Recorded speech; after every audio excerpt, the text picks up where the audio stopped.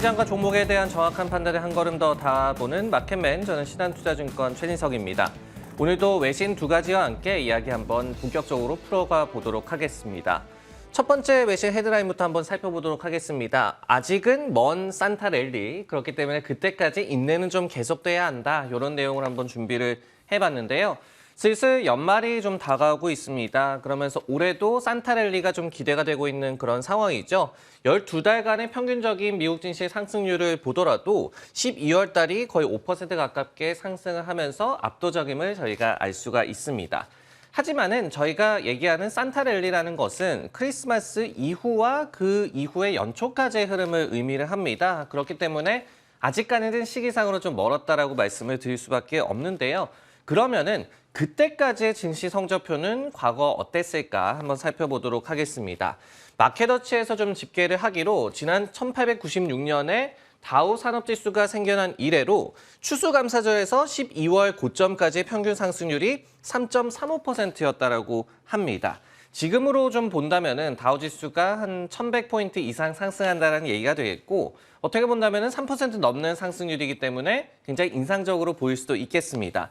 하지만은 꼭 그렇지는 않다라고 말씀을 드릴 수밖에 없는데요. 왜냐면은 같은 방식으로 집계를 했을 때 나머지 11달의 평균 상승률이 3.75%였습니다. 그렇기 때문에 추수감사절에서 다음 달인 12월 고점까지의 상승률은 평균적인 수준에 미치지 못한다라고 좀 말씀을 드리겠고요.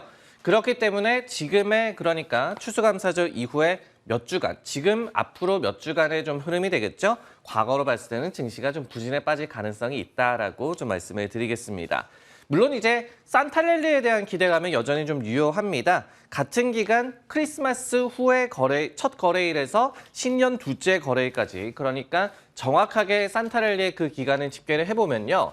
다우지수가 평균적으로 1.5% 정도 상승을 했다라고 해요. 그리고 올해가 특히 또 기대가 되는 이유가 있습니다. YTD 기준으로 미국 증시가 하락세를 기록하고 있었을 때 산타랠리 기간 동안 평균적으로 2.2% 상승을 해서 YTD 기준으로 상승장이었을 때 1.2% 정도 상승에 그쳤던 것에 비해서 더 좋은 산타랠리를 기대할 만한 요소가 있음을 알 수가 있습니다.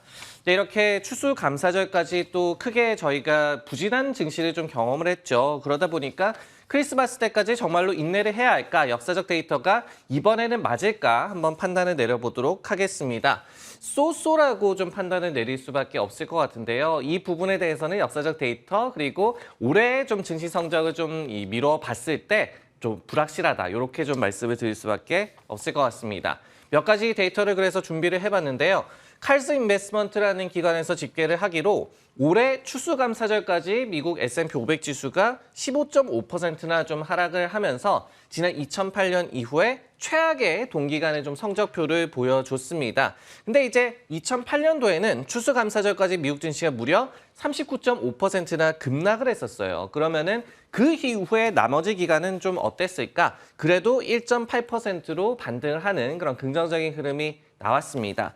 하지만은 올해보다도 더욱더 추수감사절까지의 흐름이 좋지 않았던 2002년도 18.2%가 동기간에 좀 하락세가 나타났는데요. 근데 남은 기간도 6.3% 추가적으로 좀 하락을 하면서 꼭 반등을 담보하는 것은 아니다라는 해석을 자아내는 그런 역사적인 데이터라고 볼 수가 있겠습니다.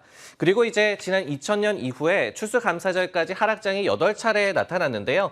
그 중에 남은 기간에 상승장이 나타났던 것이 4번, 그리고 하락장이 나타난 것도 4번이었기 때문에 역시 50%의 확률로 볼 수가 있겠고요. 그렇기 때문에 여러 가지 이런 역사적 데이터를 좀 토대로 봤을 때는 산타랠리가 오기 전까지는 조금 지지부진한 증시 흐름이 좀 예상이 된다, 이렇게 정리를 할 수가 있겠습니다. 네, 시장과 관련한 좀 계절적 요인과 관련한 내용을 좀 전해드렸고요. 이번엔 종목과 관련한 얘기 풀어가 보도록 하겠습니다. 헤드라인을 한번 살펴보면요. 마이크로소프트가 헤지펀드들의 새 최애 종목으로 등극을 했다. 이 부분 한번 살펴보도록 하겠습니다. 골드만삭스에 따르면요. 마이크로소프트가 아마존을 제치고 헤지펀드 간의 새 최애 종목으로 좀 등극을 했다라고 합니다. 업계에 786개 기업들의 포지셔닝을 트래킹하는 이 골드만삭스의 헤지펀드 트렌드 모니터라는 그런 지표가 있습니다. 그 중에 82개사가 마이크로소프트를 탑10 보유 종목으로 지금 갖고 있다라고 이번에 집계가 나왔고요. 아마존닷컴이 원래는 기존의 최애 종목이었습니다. 근데 이번에는 79개사만 탑10 보유 종목으로 갖고 있음을 저희가 알 수가 있었습니다. 이렇듯이 헤지펀드들이 탑10 보유 종목으로 가장 많이 갖고 있는 가장 많이 갖고 있는 그 리스트에 포함된 5개 종목을 좀 살펴보면요. 나머지는 알파벳이 있었고요. 그리고 우버, 그리고 넷플릭스 등의 빅테크 기업들이 그래도 많이 속해 있음을 저희가 알 수가 있었습니다. 금리 상승기에 통상적으로 좀 고통을 많이 받고 있다라고 얘기를 하는 빅테크 기업들인데요. 하지만 여전히 헤지펀드들은 빅테크 기업들을 선호를 하고 있음을 저희가 알 수가 있었고요. 다만 이제 메타 같은 경우에는 올해 주가가 무려 66%나 빠졌습니다. 그러면서 지난 2014년 이후에 처음으로 헤지펀드들의 탑10 보유 종목 그 리스트에서 그 탑5 종목 리스트에서 탈락했음을 저희가 또 알 수가 있었습니다. 골드만삭스에서는요, 이렇게 헤지펀드들의 VIP 바스켓으로 50개 종목을 좀 트래킹을 하고 있는데요. 헤지펀드들이 가장 많이 보유하고 있는 종목들의 주가 흐름을 좀 트래킹하는 지표라고 볼 수가 있겠습니다. 근데 지난 2001년 이후에 58%의 비율로 분기간에 봤을 때 S&P 500 지수를 아웃퍼폼하는 흐름이 나타나면서 헤지펀드들의 그래도 종목 선택이 틀리진 않았다는 점을 저희가 알 수가 있었습니다. 하지만은 올해는 이 같은 바스켓의 성적표가 YTD 기준으로 거의 한 30% 하락을 하면서 S&P 500 지수를 굉장히 많이 좀 언더퍼폼을 하고 있는 그런 상황이고요.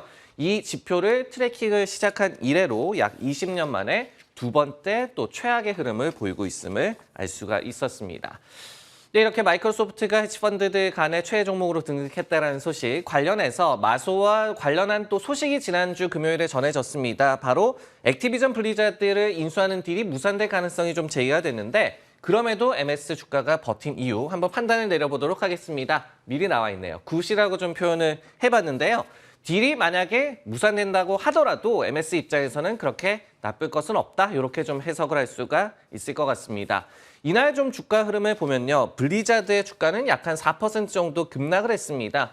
그럼에도 불구하고 마이크로소프트 같은 경우에는 이렇듯이 FTC에서 인수 딜에 제동을 걸 것이다라는 소식이 전해졌음에도 불구하고 주가가 약보합권으로 좀 선방하는 그런 모습이 나왔습니다. 결국 이렇게 엇갈린 주가 흐름이 나온 건 딜 무산 시에 블리자드 측의 피해가 극심할 것으로 예상이 된다. 이렇게 좀 해석을 할 수가 있을 것 같은데요.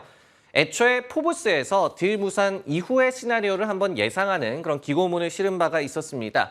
우선 이제 700억 달러 가까운 인수 금액이 타 기업 입장에서는 맞추기가 힘들 것이다라는 그런 전망이 나왔었는데요. 그렇기 때문에 구글이라든지 애플, 아마존, 메타, 그리고 뭐 중국의 텐센트 등의 빅테크사들이 좀 물망에 오르고 있고요. 그리고 이제 특히 마이크로소프트와 달리 게임 산업에 익스포저가 없는 기업들이 잠재적인 다른 인수자로 나설 수가 있을 것이다라고 예상이 나왔습니다. 하지만 인수 금액 같은 경우에는 현재 시총 600억 달러 미만으로 좀 나타나고 있죠. 여기에 또 MS와 딜 무산에 따른 디스카운트가 있을 것으로 예상을 했고요. 그렇기 때문에 MS가 아닌 다른 기업이 인수할 시에는 인수 금액이 조금 더 낮아질 수 있을 것으로 예상이 되고 있습니다. 여기에 더해서 또 인재 이탈 등 이 블리자드 측에서의 피해가 좀 상대적으로 심화될 것으로 예상이 되고 있고요. 그러고 마이크로소프트 같은 경우에는 오히려 영향을 좀 극복을 하면서 또 타 게임 스튜디오 인수로 눈을 돌릴 것이다라는 예상이 애초에 나왔던 바가 있었습니다. 그렇기 때문에 이번에 블리자드 인수 못할 수도 있을 것이라는 소식에도 불구하고 주가가 선방했다라고 해석할 수 있는 대목까지 전해드렸습니다. 네, 마켓맨 오늘 준비한 내용 여기까지고요. 저는 내일 다시 돌아오도록 하겠습니다.